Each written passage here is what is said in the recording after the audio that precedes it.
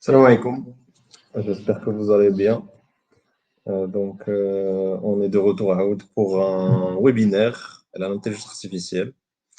واليوم يكون عندنا un webinaire qui sera un peu général. On aura une introduction de reinforcement learning. L'introduction de Mohammed Younes, qui est un doctorant في l'ENS, c'est bien ça. Donc, avant de commencer, on va attendre 3 minutes à peu près. Elle a mis assez de personnes. Et ensuite, on بدأ إن شاء الله. يلا, on se revoit dans quelques minutes.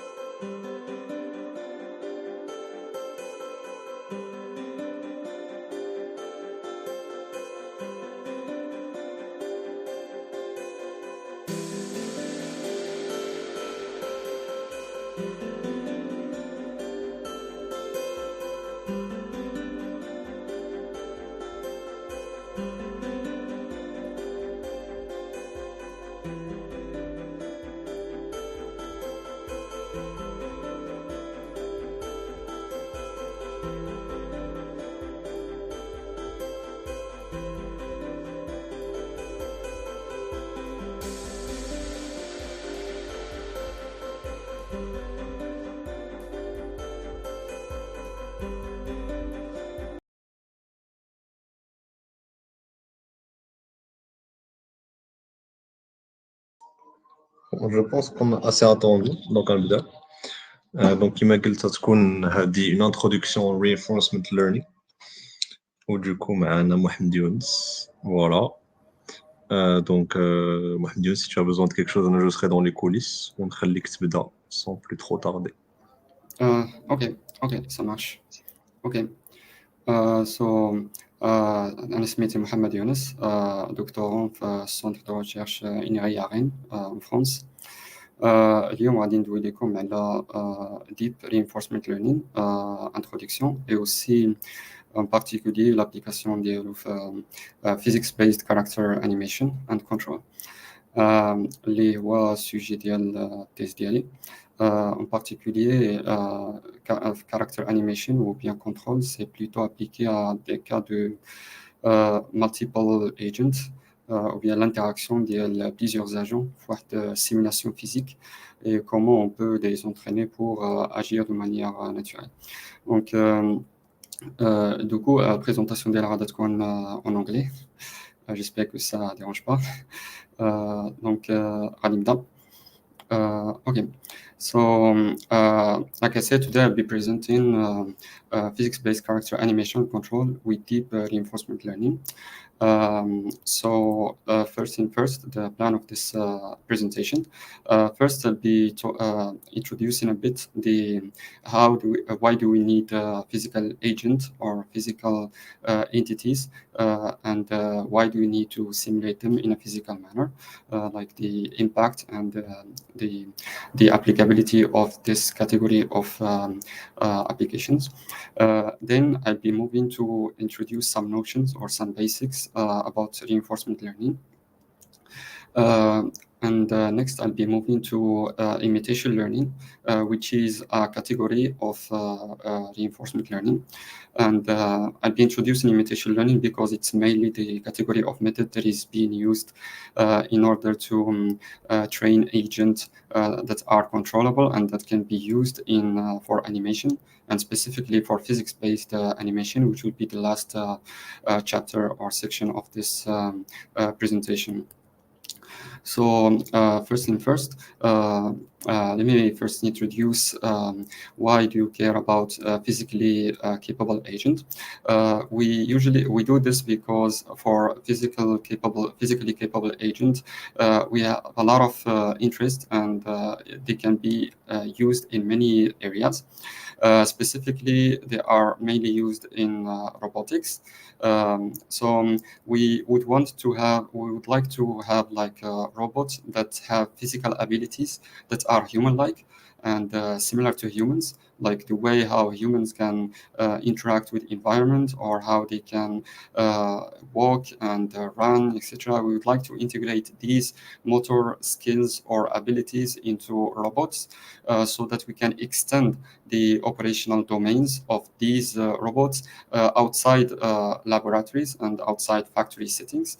And specifically, we want to deploy them into a real-world challenging environment, and specifically unknown environment where we don't know exactly the amount of how the different environment might have difficult terrains to traverse, and we would like to have robots that have similar way of reasoning in order to generate or to have motor skills that allows them to explore these different environments. For example, when you want to send a robot to explore other planets with different terrains and different that could be quite challenging for to design in a handcrafted way. And a second thing is we would also like to have a physically capable agent that could be used to animate virtual characters. For this, we would mainly think about virtual characters that are used in virtual reality applications, and also some in the movie industry or video game industry, so that we can have realistic motions, realistic graphics of the way how the virtual characters interact or move inside the inside the environment. And also because we would like to avoid or eliminate the intervention of artists and have more immersive experiences for the users of these different applications. Because the main difficulty in these kind of works, like in the industry, in the movies industry or the video game industry, is that we rely a lot on artists that can design or create motions on a frame level. So we can imagine an artist designing a motion like on a frame by frame basis, which is a very time consuming and demands a lot of expertise. And we would like to accelerate this process by integrating methods that uses artificial intelligence or these kind of methods that are data-driven, in order to make it more efficient and more productive to produce newly created motions and also naturalistic motion. And I emphasize in naturalistic here because it's very important.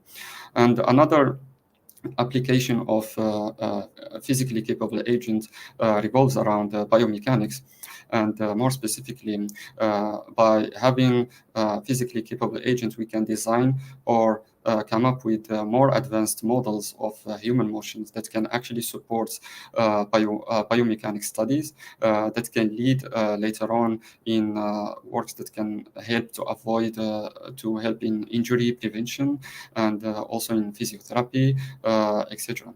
So Now in this presentation, I'll be focusing more on the second part of this applicability of this field, which is the naturalistic virtual characters. And like I said, the goal here is to have natural or human-like physical behavior of virtual characters that are interacting within some physical-based or physically simulated environment. And recently, the wide used approach in this kind of domain revolves around the use of reinforcement learning, and so I would like first to make a small introduction of reinforcement learning, and also talk about the difference between this kind of framework and the traditional and the other approaches for machine learning, like supervised learning or unsupervised learning, and how reinforcement learning can be used to solve these different tasks, especially when we have an agent interacting with a challenging environment. So when it comes to reinforcement learning, the main point that should be taken is that we usually have two entities, which are the agent and the environment. So the agent is the entity that we are controlling or we would like to control, and it lives within a world that we would call environment. And basically, the agent will get an observation of the state of the world or the state of the environment, and based on this observation, it would decide an action to take or an action to perform that would affect the environment, and therefore this action will make a change to the environment, and the environment would actually transition to a new state. And then the agent will receive a reward, which is a signal that quantifies how well or how good was the action that was performed by the agent, which is like a scalar in this case. And it tells how good or bad the current world state is after the previous action that was performed by the agent. And the goal in this framework, so you can see that it's more of a closed loop, framework, and it will iterate over and over. And the goal here is how we can is for the agent to maximize the cumulative reward, or the sum of the reward that it can get over an extended period of time. So that's the goal of the agent in the reinforcement learning framework. So in a nutshell, we could say that reinforcement learning is the study of agents and how they learn by trial and error. And it formalizes the idea that rewarding or punishing an agent for its behavior makes it more likely to repeat or forego that behavior in the future.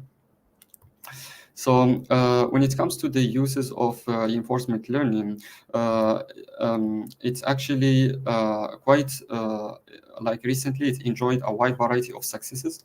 So for example, sorry.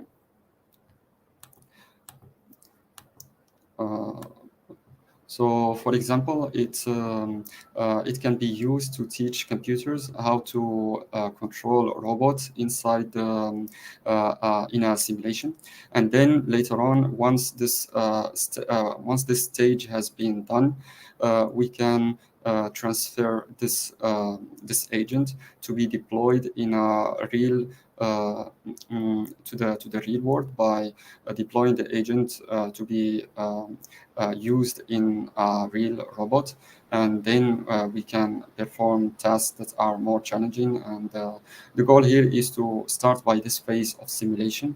So we start by an agent that is running inside a physics simulation, and by doing this, we kind of cut the cost of doing all this learning in the real world, because it's it costs money to do this kind of repetitive trial and errors in order to learn from the interaction with an environment in a real environment. Therefore, we do it in a simulation, and once the agent has learned inside the physics simulation, we transfer this knowledge to the to real world application. And reinforcement learning also has been used to create some breakthrough AIs for some sophisticated strategy games.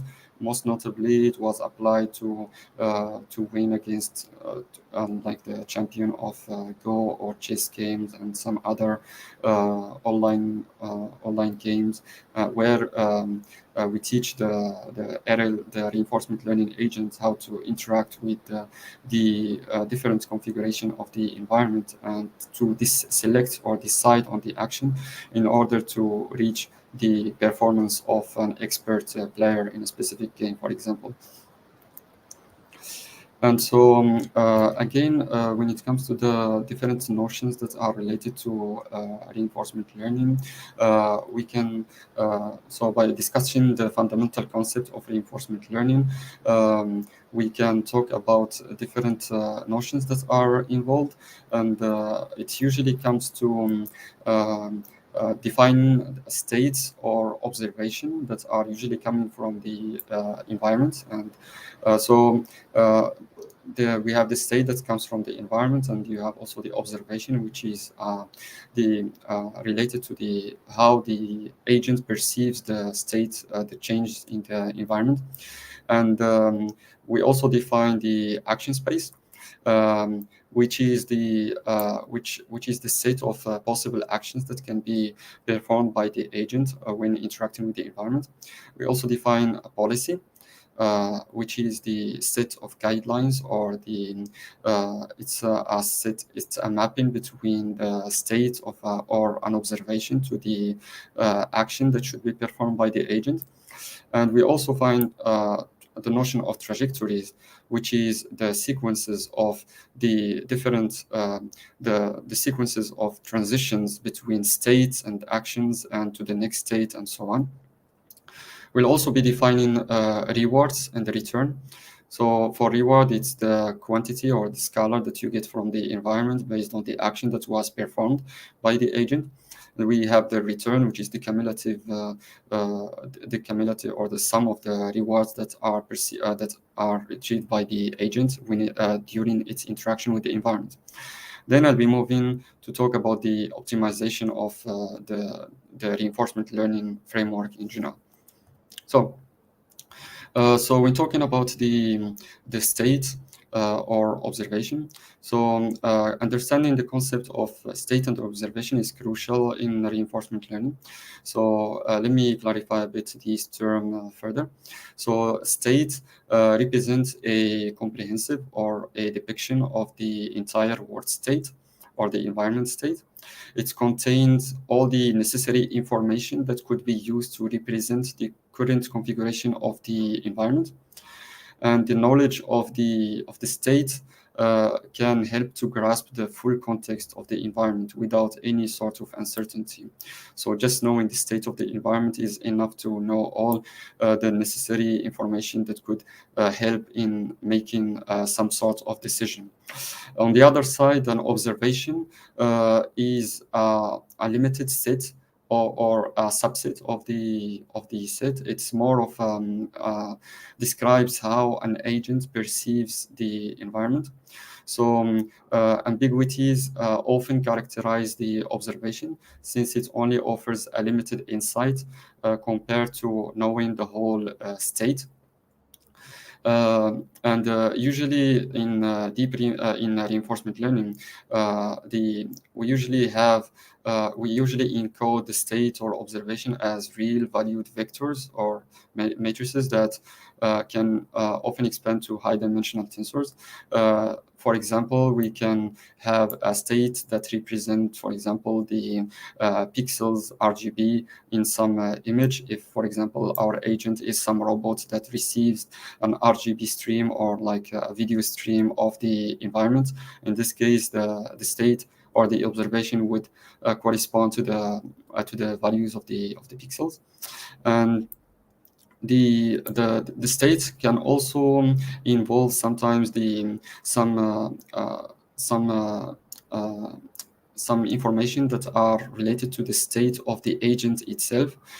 For example, we can have information about the joint position of the robots, for example, at each time step, and we would actually represent all this in a single vector representation, so that the agent can take this and decide the action that should be taken for the next when interacting with the environment. And so this will lead us to the next step, which is the action space. So when it comes to the action space in reinforcement learning, here we should distinguish between different two types of environments, or two types of action spaces. So we can have this depend on the type of environment that we are dealing with. For example, we can have either a discrete set or a discrete action space, or a continuous action space. So for a discrete action space, we can imagine that when an agent only have a limited amount of actions that could be taken, like either, for example, in some very 2D simple 2D game, we can imagine this kind of action space as being just either move up or down, or like very simple actions. While on the other hand, we can have a continuous action space, which is more of a continuous. It can be a multidimensional real valued vector that represent some continuous value that we can apply to the actuation of the agent in order to reach some new state. For example, we can imagine an agent as being a self-driven car, and the action in this case would be the value of the velocity that should be applied in some direction, or depending on the state where we are currently at. And the next thing I would like to talk about is the policy.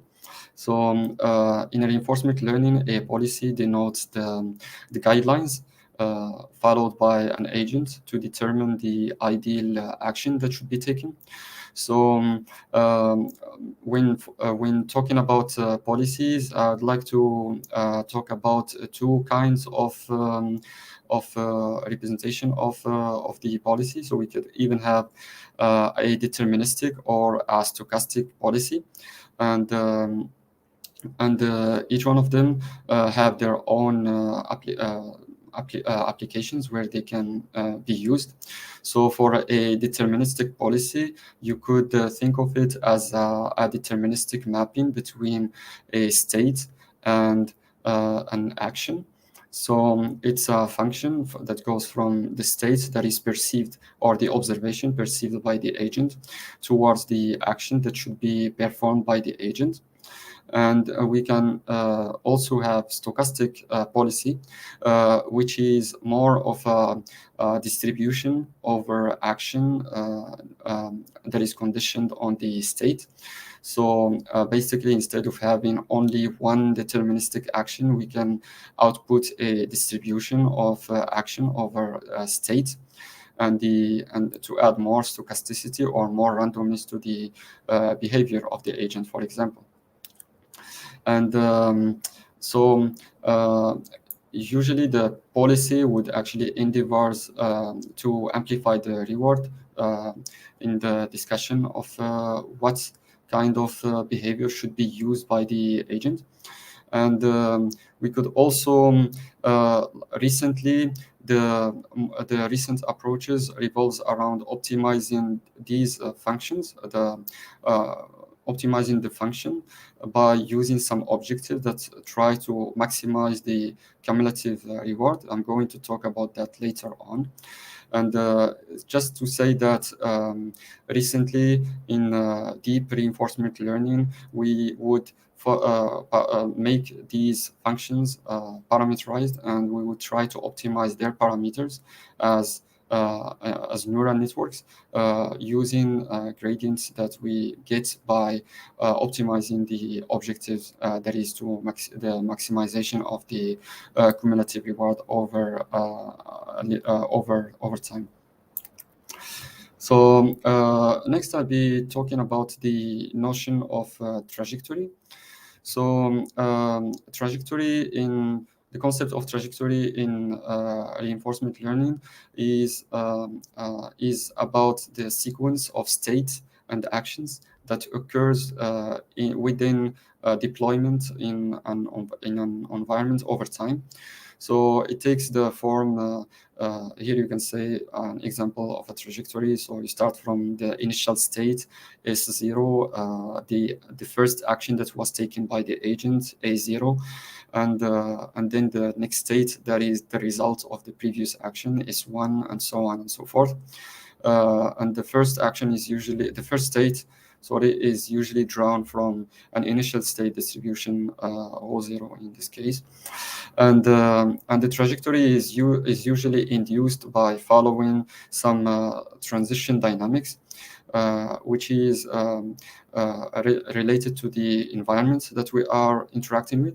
So basically we could have a deterministic transition dynamics where the next state is a function of the previous state or the current state and the action that was taken by the agent. And we say that since the agent decided on an action, it would deterministically apply some impact or have some effect on the environment, and therefore we can transition to the next state, st+1. These dynamics can also be stochastic in nature, where we, instead of a deterministic function, we sample from a distribution of transition dynamics, and so we sample the next state from a distribution over the current state and the current action that was taken by the agent. And another notion in reinforcement learning is the notion of reward and return. So basically, a reward function is a measure of how good how good was the performed action by the agent. It usually depends on the present state and the action that was taken by the agent and or the following state that we are actually in. But sometimes we just simplify it by only making it dependent on the current state or the pair of state action. This leads us to the next thing, which is the return, which is the summation or accumulation of rewards in some defined or infinite timeline.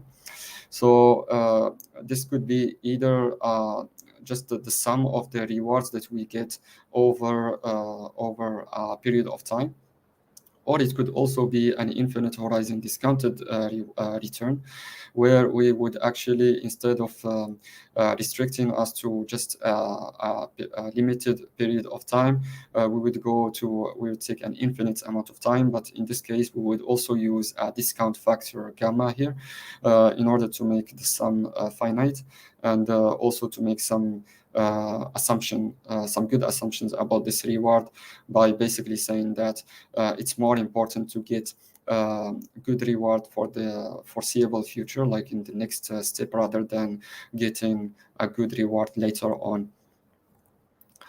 And so finally, this will lead us to the optimization in reinforcement learning. So basically, the idea here is that we would like to optimize some sort of objective that would help us to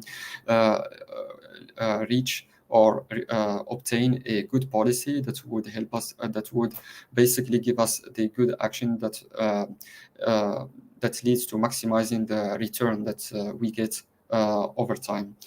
And so for this, we would basically use the probability distribution of the trajectories that are generated by the agent, and And then the objective in this case is the expectance over the trajectories that were generated by the current policy of the return that we obtain over this trajectory, and this will lead us to obtain the best or the optimal policy that could intuitively means that we have a policy that chooses only the optimal actions in order to maximize the return that we design.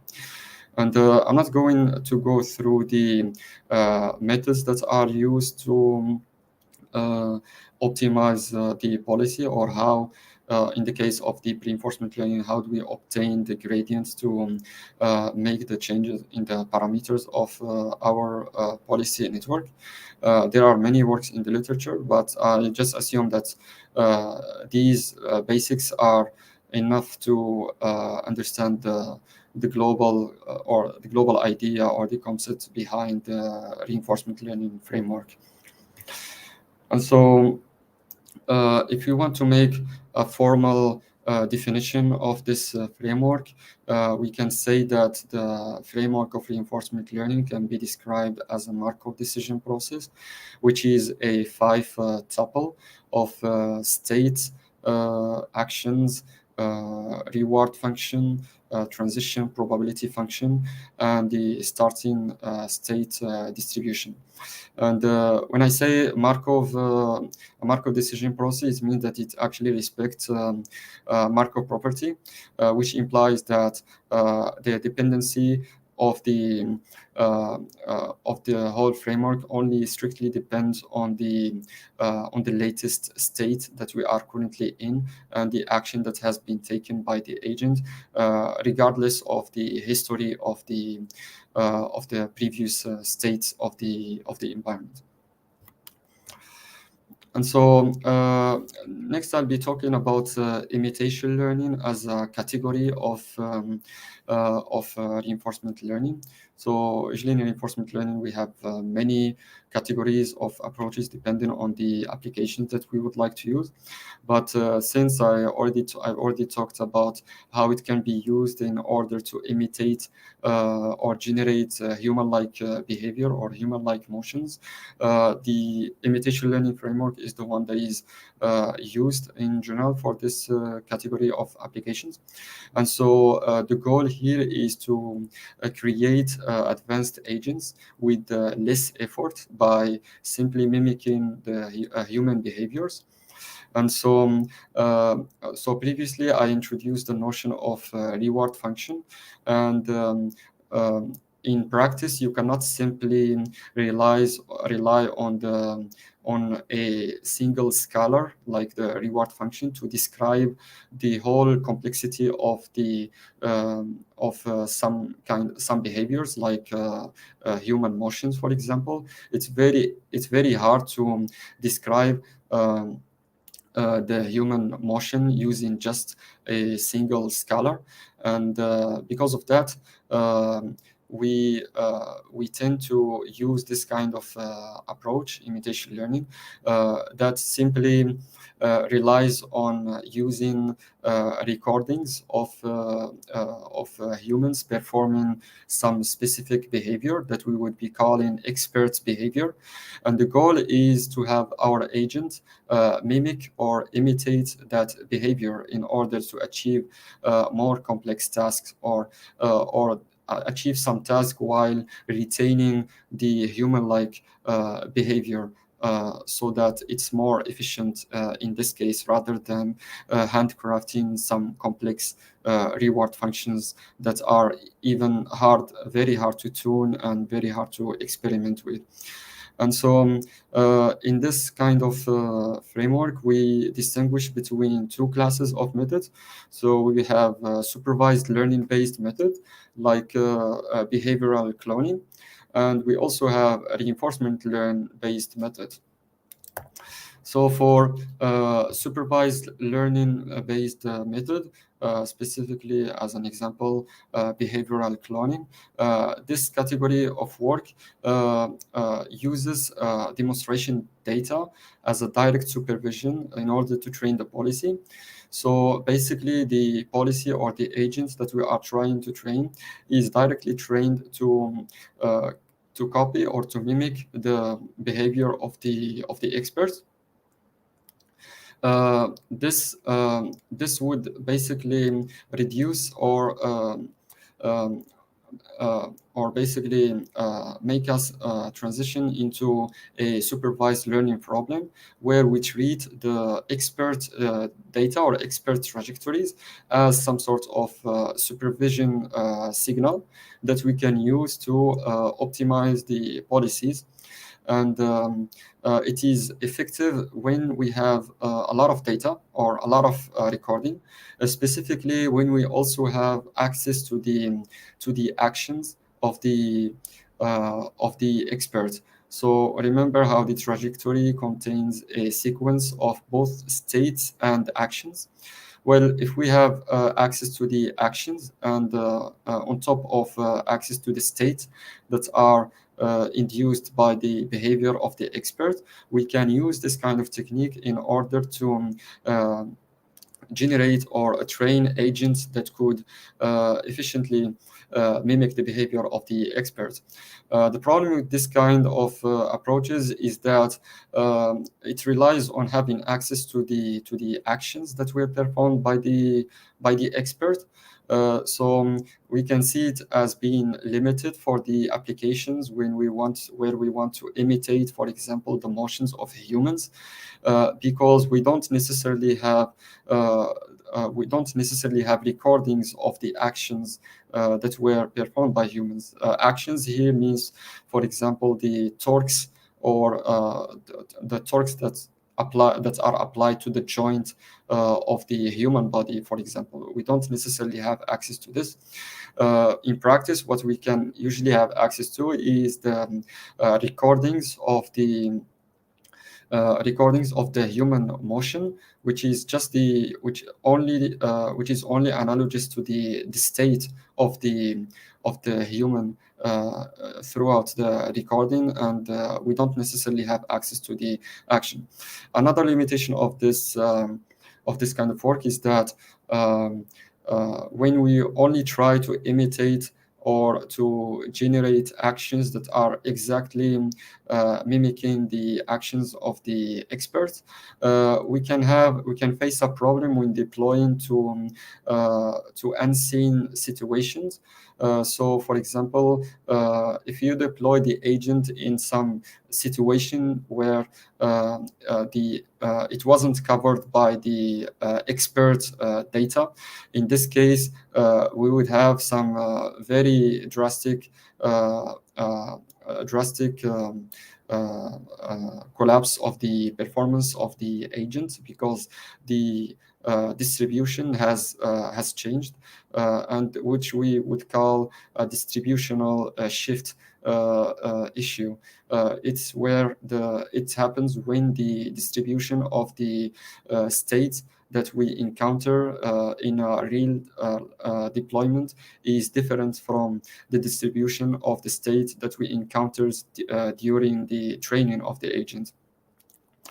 And so for that, the other alternative or the other approach that is being used is reinforcement learning-based imitation learning, which uses the demonstration of the expert in order to shape the objective function that measures how conformant is the performance of the agent with respect to the demonstrator behavior. So here we don't necessarily seek to find the exact action of the that could be performed by the expert. Here we would more be interested in generating similar state transitions of the agent and compare them to the transition that are induced by the experts. And so for this, using optimization-based method like reinforcement learning would help us to actually derive controller for improving these some different objectives. I'll be giving some examples about this later on. And this the advantage here is that we can also define some objective function or some reward function that is completely independent of the demonstration or the demonstration action. Specifically, we can imagine, for example, having access to a demonstration of an agent that is, for example, a human that is walking in different directions.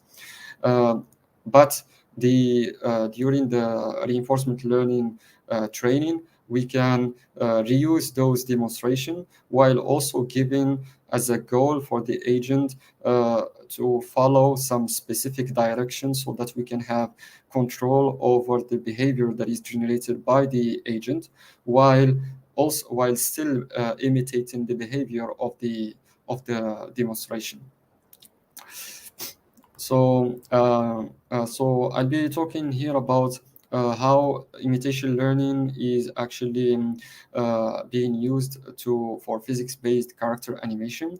So just to make the link between physics-based character animation and what I was talking about previously. So the agent here, in our case, is an embodied entity, is a physical agent that is, in this case, has a form of a humanoid.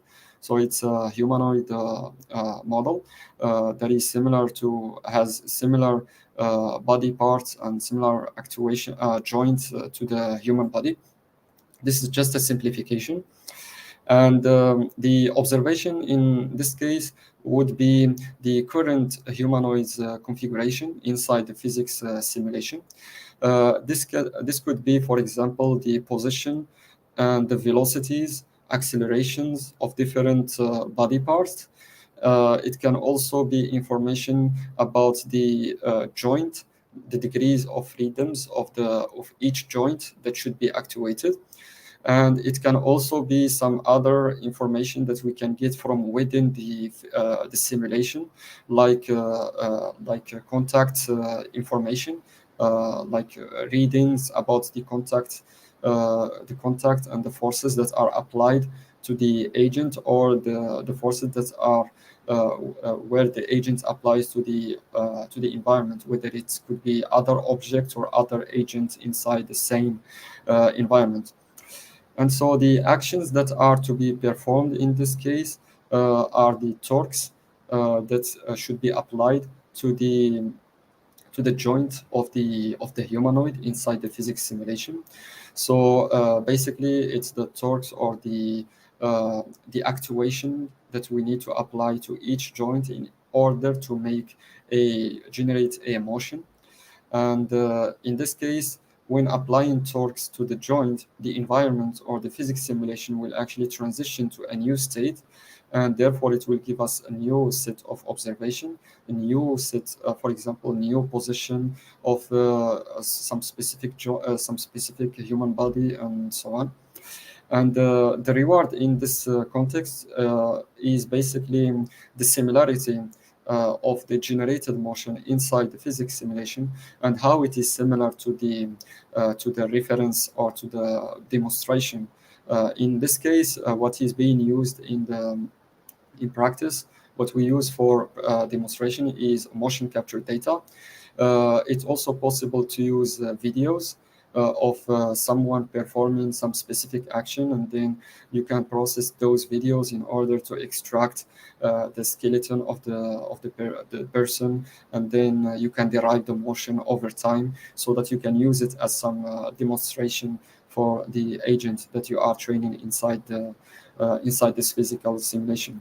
And the goal again is to maximize the cumulative reward that you obtain from the interaction with the environment in order to generate a motion that is similar to the demonstration that you are feeding to this when training this agent. And so I'm going to go through some examples of how this is applied in the Here I'm showing examples of how this is used in some domains. For in the domain of character or physics-based character animation. So we can see, for example, here is an example of the demonstration that we give to the agent.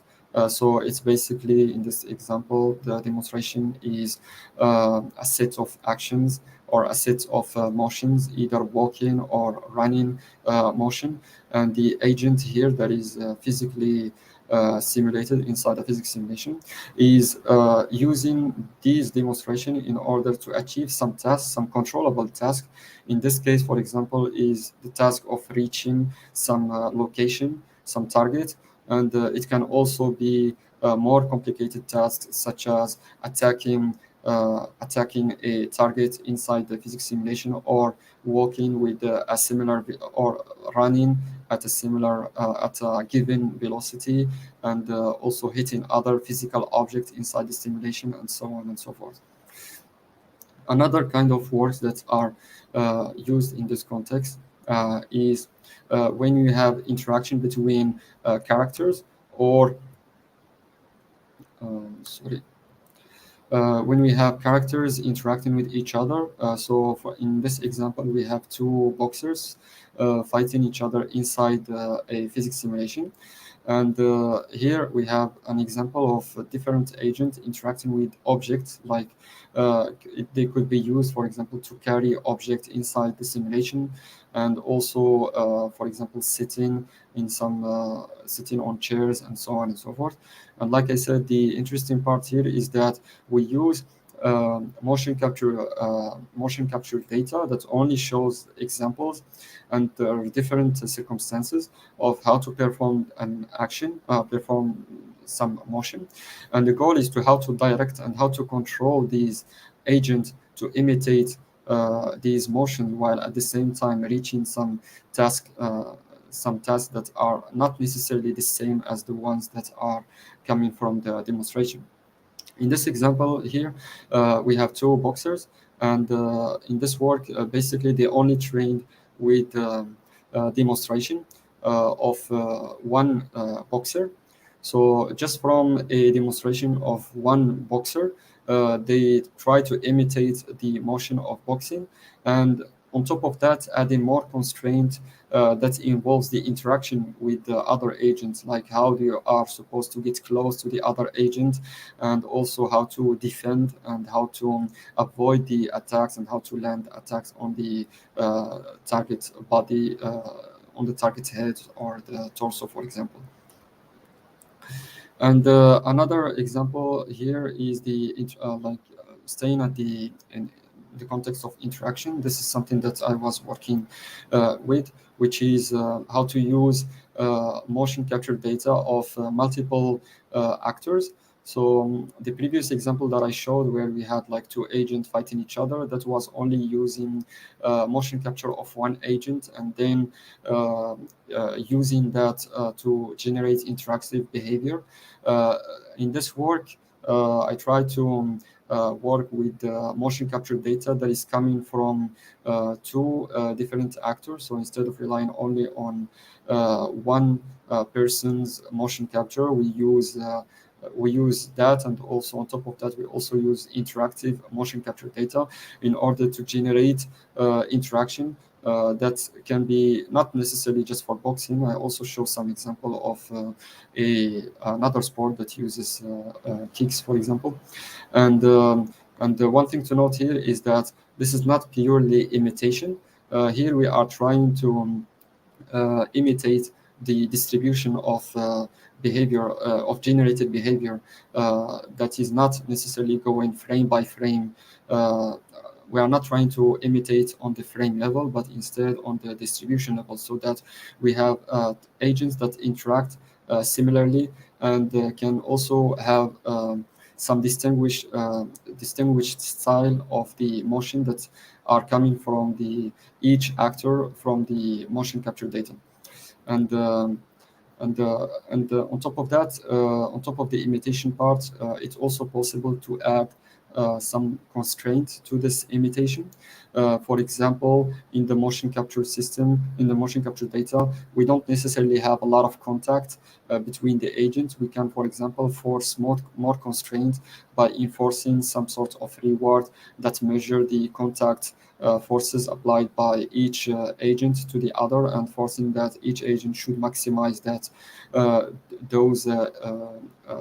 those measures over time, and thanks to that we can even transcend the behavior that was depicted on the demonstration data and obtain even more behavior that was not necessarily part of the demonstration data. So that was my presentation for this kind of work, and thank you for your attention, and I'll be happy to answer any of your questions. اوكي. اوكي، الا كان عندك شي سؤال باي لغه بغا parmi الفرونسي والانجلي والعربيه feel free. يمكن لكم تسولوا وغنجاوبكم باللغه اللي سولتي بها لا كيسيون ديالك. دونك جو بونس نعطيو الناس شي نقولوا دقيقه ولا 2 دقائق باش كان شي سؤال، سينو on va finir.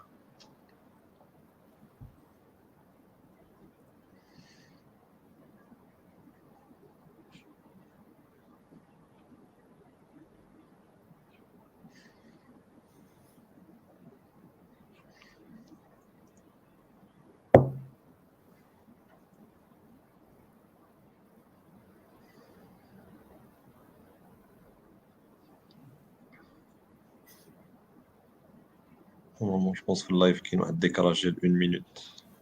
Ok.